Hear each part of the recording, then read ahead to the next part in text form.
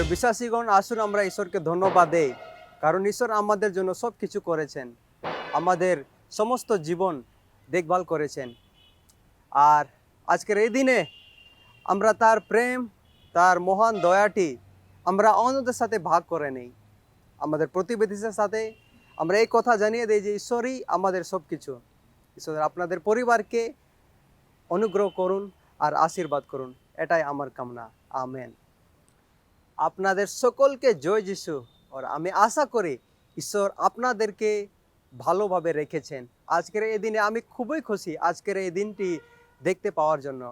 আপনারা জানেন আজকের এই দিনে সমস্ত লোকরা কত আনন্দিত, কতই খুশি।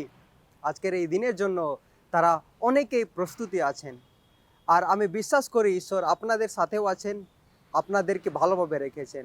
আজকের এই দিনে শুধু খ্রিস্টানরা নয়, পৃথিবীর সমস্ত ধর্ম সম্প্রদায়ের লোকরাই এই দিনটিকে যীশু খ্রিস্টের জন্মদিন হিসাবে পালন করেন।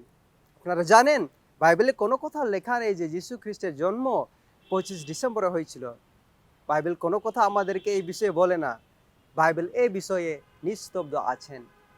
অথচ বাইবেলে যীশু খ্রিস্টের জন্মদিন উল্লেখিত করা হয়নি, কিন্তু বাইবেল এটা প্রমাণিত দেয় যে যীশু খ্রিস্টের জন্ম ইসরায়েলের বেথলেহেম নামক গ্রামে বা শহরে জন্ম হয়েছিল।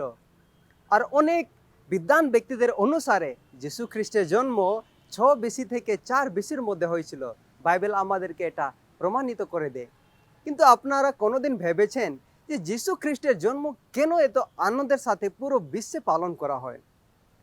বাইবেল আমাদেরকে এটা দেয় আর সাক্ষ্য দেয়, ইতিহাস আমাদেরকে, যে যীশু খ্রিস্ট ভালোর বাসার একটি মানুষ ছিলেন। তিনি মানুষকে প্রেম করতে শিখালেন এবং সত্য পথে চলার জন্য তিনি মানুষকে অনুসরণ করতে শেখালেন।